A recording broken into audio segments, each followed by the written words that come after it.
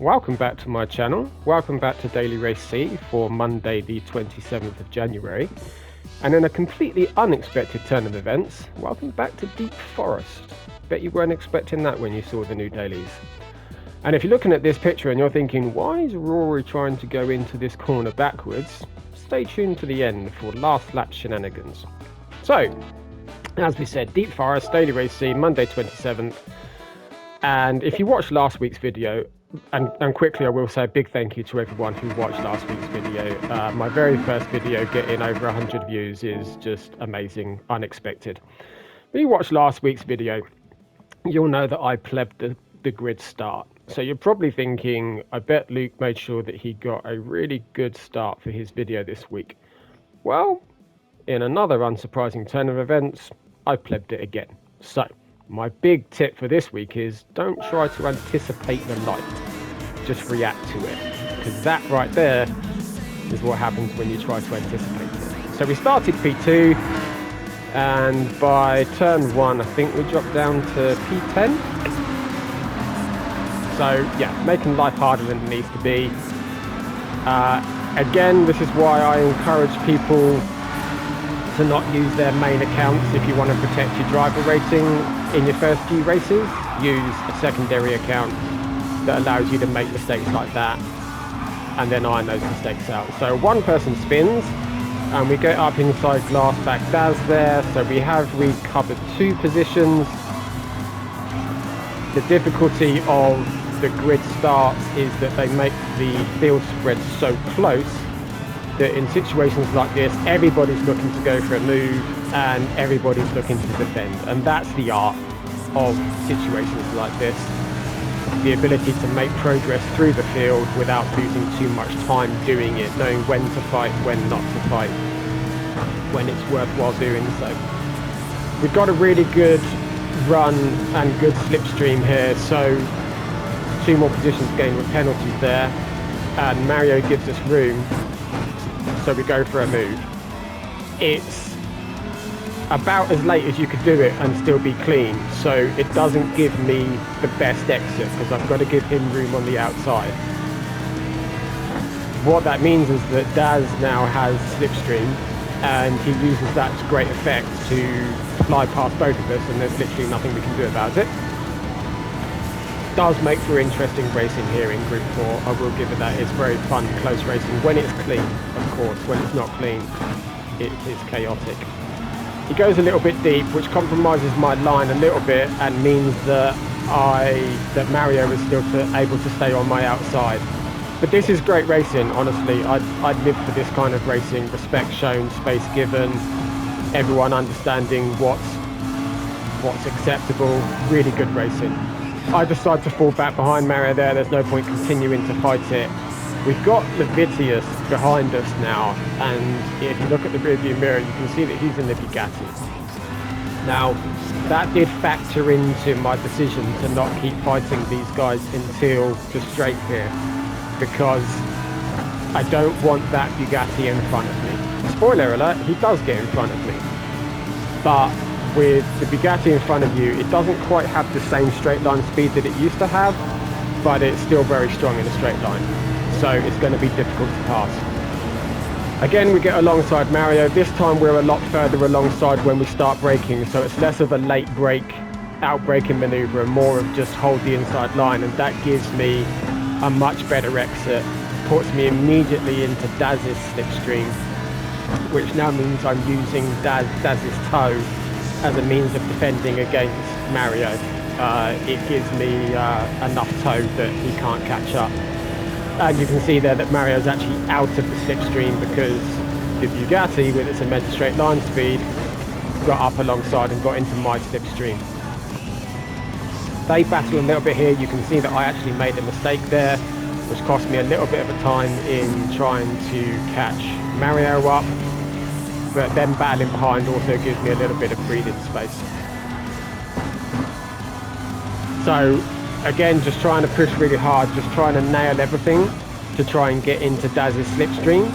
I want to be able to, the goal here is to try and make a move on Daz and get it done fast, first time, without wasting time without multiple efforts. Also that Levitius doesn't get past me. Easier said than done, but if I battle Daz too much here, Levitius in that Bugatti is going to come sailing past, will be easy pickings for him. So there is a way you can defend if you nail the corners properly against a car like the Bugatti here, which I will explain a little bit as the race replay goes on.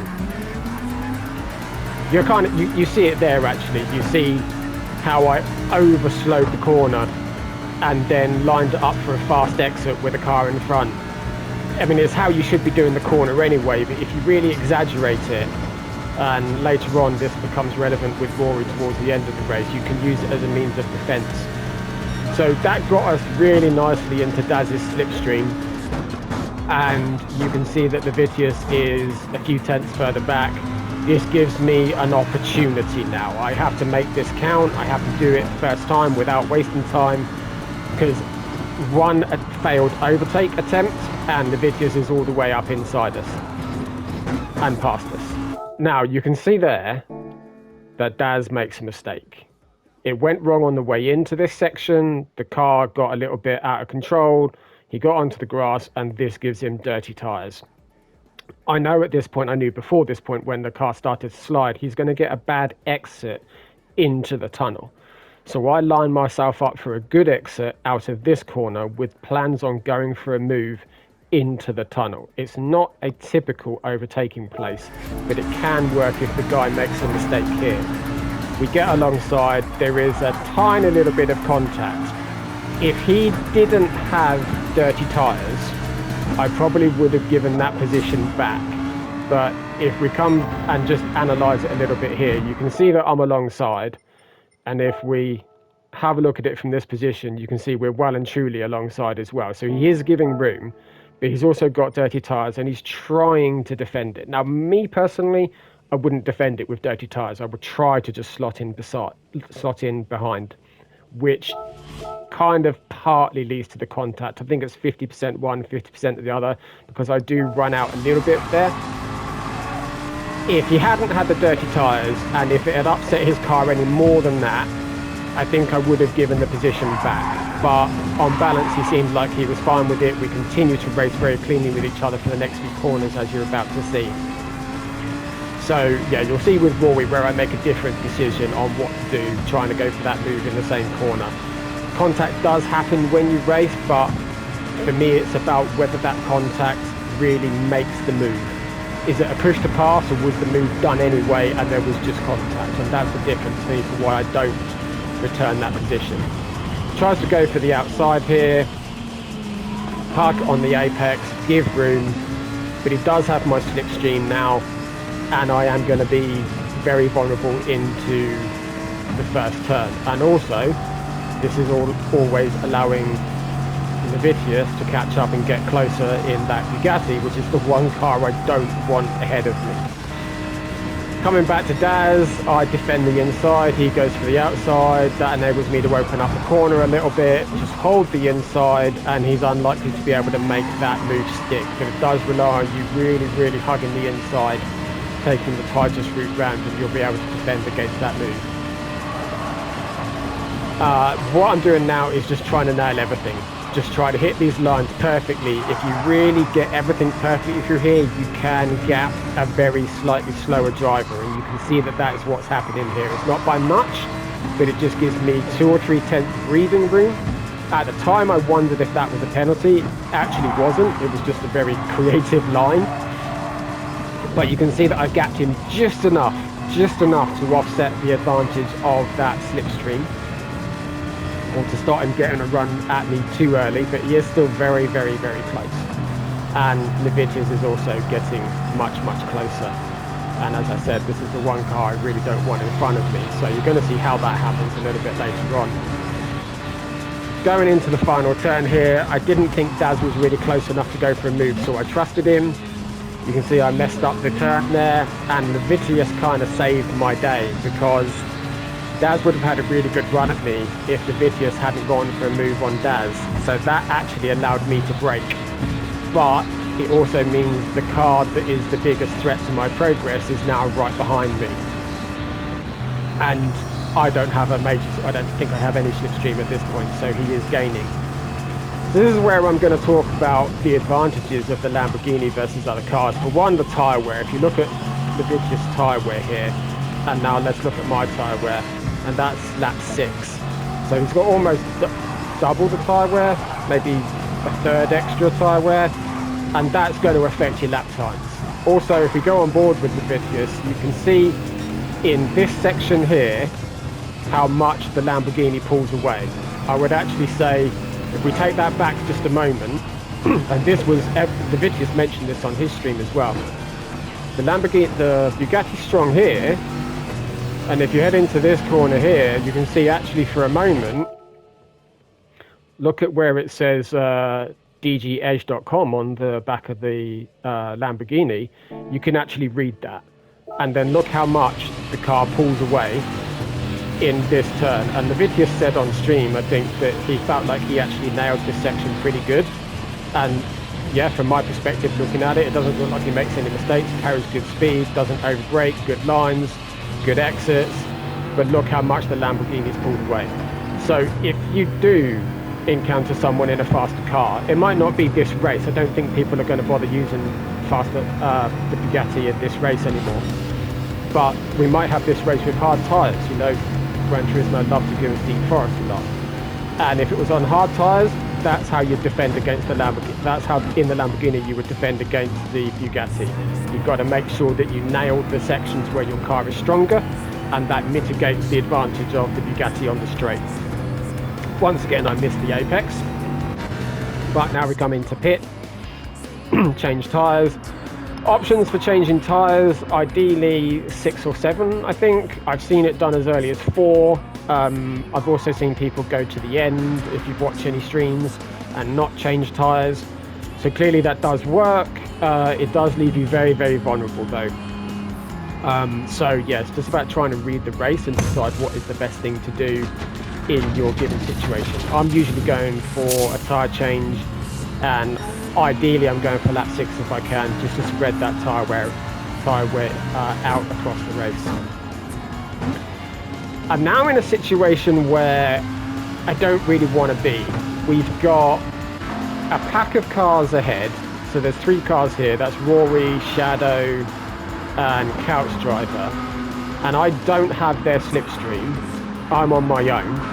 And then behind me you've got another pack of cars led by the Vitius, with Daz, Batman, a couple of other drivers, again all close together, and I'm in no man's land. I'm stuck in this area in between where I don't have a slipstream, but the cars behind and in front do have a slipstream. This is not ideal for this race where slipstream is so important, and this is the case more often than not these days, with the way custom slip tends to be the one that PD are choosing all the time. So all I can do here is just really try and nail my corners and hope that the guys in front make tiny errors, get penalties, battle each other, whatever that allows me to catch up, because the Vitius has more of my slipstream. If we go back here and look at it from the Vitius's point of view, he has more of my slipstream than I do of Couch Driver in front of me. And on this straight, it's just so powerful if you don't have someone else's slipstream to defend against the guys behind. Fortunately, I see them battling up ahead. This helps me catch up a little bit, really just trying to nail everything, get everything perfect. We've just about got the Vitius outside of our slipstream, or at least outside of the critical range. You can see that he closes up on the straighter sections of track, and then once again we get into this section, and this is where I've got to nail it. I've got to nail it absolutely perfectly to keep this Bugatti behind, which we're just about managing to do. This is where we know the Lamborghini is really strong, and again these guys are wasting time just jostling. They're not really battling yet, they're jostling for position. But this still costs time. There's still a concertina effect, and I think finally out of this corner we're actually in some meaningful slipstream now. And you can see we gapped the Vitius a little bit because of the Bugatti again. So now we're in the fight, And now there's a mental shift on what the priority is now. We've got slipstream. That was the first priority. Get yourself back into slipstream so that you can keep the Vitius behind. Now we're back into this cat and mouse game of trying to attack whilst also trying to defend. So we're on lap 8. The Vitius is not quite in striking range yet. These guys are beginning to battle. You can see that things are brewing. You can see that opportunities will present themselves. So I would reiterate, and I'll keep saying these things because there's a lot of people that don't, at lower ranks, this stuff hasn't really ingrained into a lot of people's driving yet. The method, the approach that I'm going for here is patience. I know I can defend the Vitius through the corners and not lose time, no problem. But I'm just looking for the right opportunity to go for a move, and you can see it there. So what we did here, if we just go back, coming into this corner, all 3 of these cars get offline. Look at that point there. You can see that this is the line they should be on, further over to the left, because this squares off the corner a little bit more. You can see that my car's pointing in a straight line, ready to turn right. Where they are closer to the right-hand side going in, this compromises their exit. Now, this isn't as bad a mistake as Daz made, where it basically allowed me to get past no problem. But this does provide an opportunity to get past Rory here if he's willing to play ball. I lined myself up for a better exit, knowing Rory's going to get a bad exit, immediately came over to the right. And in my opinion, there is room there. And actually, if we stop this and have a look, you can see that I have about the same amount of overlap that I actually had with Daz. The difference is Rory doesn't have dirty tyres, and I don't think he sees it coming. I watched it back on stream, and he seemed a little bit caught out by it. He did make a comment on his stream that that's not an overtaking spot. I would argue that it is. I would argue it is on 2 metrics. Number 1, the guy in front has to make a mistake going into the tunnel that gives you the better exit going into the tunnel. Number 2, the guy in front has to see it coming and play ball. And that's why I think the move on Daz I was okay with, because he did see it coming, he did play ball, but he was just trying to keep the line tight. I don't have a problem with what Rory did. There's no issue there at all. It's fine. I don't think he saw it coming and he defended it. I think if he had seen it coming, he probably would have given me a little bit more room, but it's no problem. I saw Couch Driver move out to go past Shadow, and that's why I moved out to go into Couch Driver's slipstream to get a move done on Rory. But again, if you give space on the exit, you can go side by side through the chicane, and in some situations the outside is faster, so it doesn't actually get me the move done until here. I do want to touch briefly on what happens here as well, because if you look at this point from Rory's point of view, it almost looks like he gets pushed out wide and the ping pong physics push him over. But if you look at it from my point of view, you see that I'm literally as tight to the inside as possible. I'm actually even on the curb. And I want to touch here on, with my channel being predominantly focused on trying to help people progress, help people get better, I really want to point out what's happening here. It's a racing incident. It's no one's fault. It's nothing. If you really want to attribute, inverted commas, blame, for a better sense of a better word, for want of a better word, sorry, I can't really give any more room. If I go on the concrete, I'm going to get dirty tyres. So Rory's the one that needs to take a wider berth here. But what tends to happen in this situation in lower ranks, so I'm talking E through to like B, even A level drivers, this contact happens and both drivers misunderstand what actually happened. I've seen this before. I've been involved in situations like this before where both drivers think the other one pushed them, and then they get to this point here, and if this was a B driver, he's probably going to punt me now because he thinks I pushed him wide.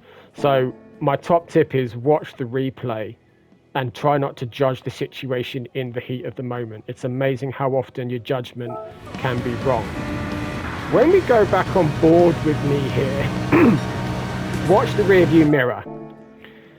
At this point here, this battling has done exactly what I was trying to prevent, but I guess was inevitable at some point. you can see if you look at the rearview mirror that Levitius has moved out for a move. Now, I saw this, and at the time, I thought this move was a bit of a late last-minute dive, and not dirty, absolutely not dirty, but I thought it was a bit overly aggressive. I watched the replay, and that really cements my point. I watched the replay, and I was like, wow, that move was amazing. He braked so late, but he stuck the apex, and I know it looks like there's contact between me and him. There is. All I can tell you is that contact was much the same as it was with me and Daz here. It was very inconsequential. A little bit of door banging it's not okay, but it's inevitable. And you just have to ask yourself, did it really affect anything? No, honestly, it was an amazing move. It was a stunning move. How we got that stopped, I've no idea. But it has put me in a situation that I didn't want. I didn't want the Bugatti in front of me. And now he has worse tyre wear. You can see that there. Look at his tyre wear, look at mine. But it's going to be a couple of laps before that tyre wear becomes a problem. What we do know, and I had figured this out at the time, is that Shadow didn't change tyres. So we knew this at the time because he had gapped us in the pit stops. And that's the only way you can do that. What happens here is there's the strong concertina effect going into corners can cause this situation. Shadow goes for a move, but overslows the apex to give Couch room. The Vitius didn't see that coming, hits Shadow, which then lets me go past. And if you just go backwards to my point of view here, at this point, I'm anticipating that. I talked last week so much about anticipation. A lot of lower ranked drivers, people who come to me for coaching, would try to send it up the inside from this position and get a move. I'm thinking about the bigger picture. We know that Shadow has worn tyres. We know that Couch Driver doesn't have a slipstream and is vulnerable. We know that the Bugatti's only strategy here is to go for moves and get in front and defend. That's how you've got to drive with the Bugatti. The possibility of something happening at this hairpin is high. And that's why, rather than go for a move, I set myself up wide, overslow the apex to get that fast exit. And it works. Even with the contact hitting the back of the Vitius there, it does work. So, now we've got a situation where Couch Driver's ahead, Shadow has worn tyres, and we're coming into the exact same situation again. And if you watch the rearview mirror, you saw that the Vitius moves out for the same move again. Only this time, it's different. This time I've seen it coming earlier because of what happened the last lap. Pretty much knew it was going to happen again this lap. I've also got damage, which means I've got less front end grip. Again, the lower ranked approach to this would normally be to attack the braking zone and try and make a move here. I take the more passive approach. What I do is I see the Vitius's move coming in, I stay wide, I try to give myself reaction time. So I'm overslowing the car a little bit, giving myself time to react to what I believe is going to happen, and that's exactly what does happen. The Vitius hits Shadow, Shadow hits Couch, Couch runs off. I'll show it from the Vitius's point of view. On stream, he actually put his hands up and said, "My bad, sorry, that's my fault." I would have waited if that was me. That's unfortunate. I would have waited. But there we go, that's what it is. So, amazing driving here with Shadow. When you look at how bad his tyres are, the fact that, and he's got damage on both wheels and rear bumper, the fact that he has this position is honestly incredible. Really, really good driving through there. And then just to prove my point about this corner being an overtaking spot, you can see that Rory sets himself up to do on Levitius exactly what I tried to do on Rory and what I did do on Daz. So he set himself up to the left-hand side because he can see there that Rory can see here that Levitius is going in deep. So Rory sets himself up for the cutback and the good exit. He gets that done, and then he gets alongside. Now, granted, he is a long way alongside, more than I was with him, but it does prove that this corner is an overtaking spot if the guy in front is compliant with the move, sees it coming, and also has a bad exit out of the previous corner. There is contact here between Rory and Levitius. In my opinion, if I was Levitius, I would have backed out of that corner a little bit more. But again, if you look at the contact that Rory had versus the contact that I had with Daz, I think Rory's contact was more. And that's where I'm evaluating whether the contact needs me to return the position. Shadow, as we said, has very bad tyres, so he didn't do anything wrong there. He got the best exit I think he could get, but with the bad tyres, he's just never going to get the same exit. So that allows me to pull alongside and get the move done before we even get into the braking zone, and then just line the car up for the best possible exit. I'm now in the ideal position. This is what I wanted.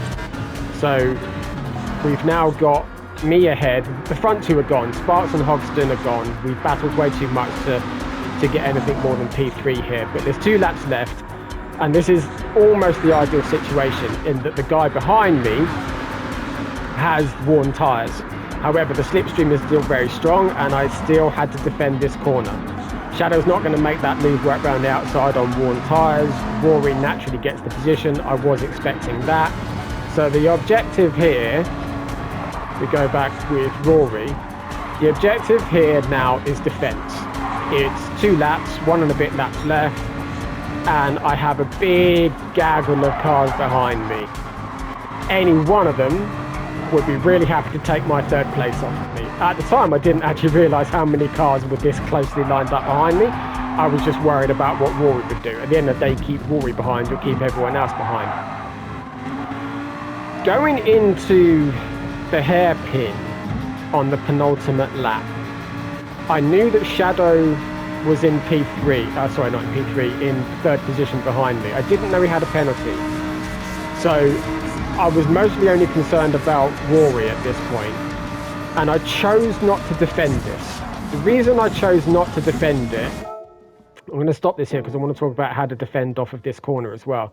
The reason I chose not to defend this move is because, or defend this corner, is because I trust Rory as a driver. He's a very clean driver, very experienced, and he knows when to fight.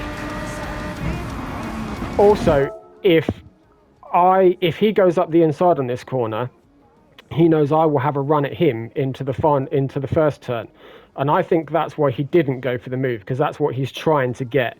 So this is where I do what I was talking about earlier, which is essentially park the corner on the apex. Now, what I'm actually doing is doing the corner the way you would do it in qualifying, which is you'd overslow the corner, overslow the apex, get the car rotated and floor it. You actually get a faster exit and more speed down the straight from having a slower apex speed. Again, this is a very, very common problem in coaching where people's apex speed is too high. In the race, you might choose to brake a little bit later and have a higher apex speed to stop someone coming up inside you. But as I said, my choice here was to not defend it, let him go if he wanted to. But gambling, in my experience, I didn't think he would. Rory goes for the fast exit to try and use my slipstream down the straight. And you can see here, if we go on board, that I'm no longer braking. I've released the brake before 50% of the corner, well before 50% of the corner. And that's what you should be doing in qualifying trim. That's how you get a fast exit. This catches Rory out a little bit. And what happens is that he doesn't see it coming. He doesn't see me overslowing the apex. He has to stay on the brakes a little bit longer than intended. If you watch his brake pedals, the brake pedal actually goes back up. So he's trail braking out, and then he brakes again. That's because I've overslowed the apex, parked it on the apex, which you've got a right to do. That's not a block. You have a right to park it on the apex. So look at the exit it gives me. The slipstream doesn't really come into effect until about now, by which time I am perfectly happy to actually move over and take my line because he's not close enough to go for a move. And I want to touch here again on people who do go for moves in this situation. If you're lower ranks, E, C, D, B, A driver, even low A plus to some degree, and you see people going for moves from this distance, it simply cannot be done. This is about a 2/10 gap. In order to go for a move from here, he would really need to be here and moving out. In order to outbrake someone into a corner, you basically can't do it from 2/10 back. That's circumstantial. It depends what the car is, because 2/10 is not 2/10 in the terms of distance. That depends on what the cars are. But if you are someone that goes for moves from this distance, you can't make 2 or 3/10 in one corner. It can't be done. What's going to happen is you're going to go deep and probably take someone out. So we've only got less than a lap left. I'm not worried about Rory getting past me through this section here. As long as I hit my lines, hit my brake points, I can defend this section no problem by simply being fast enough to not let him get close enough. So I'm not really worried about this section at all. What I'm worried about is the straight going into the hairpin. I know he's going to go for a move. It'd be silly not to. The question is, how do you defend it? And this is where we get to that photograph that we used as the thumbnail. He is close enough here, and he's ideally placed to go for a move. The perfect amount of gap, the perfect amount of slipstream. What he chooses to do is to keep me pinned to the wall. You can see he's actually lifting off the throttle here. He said in stream that what he was trying to do was hope that I would move out.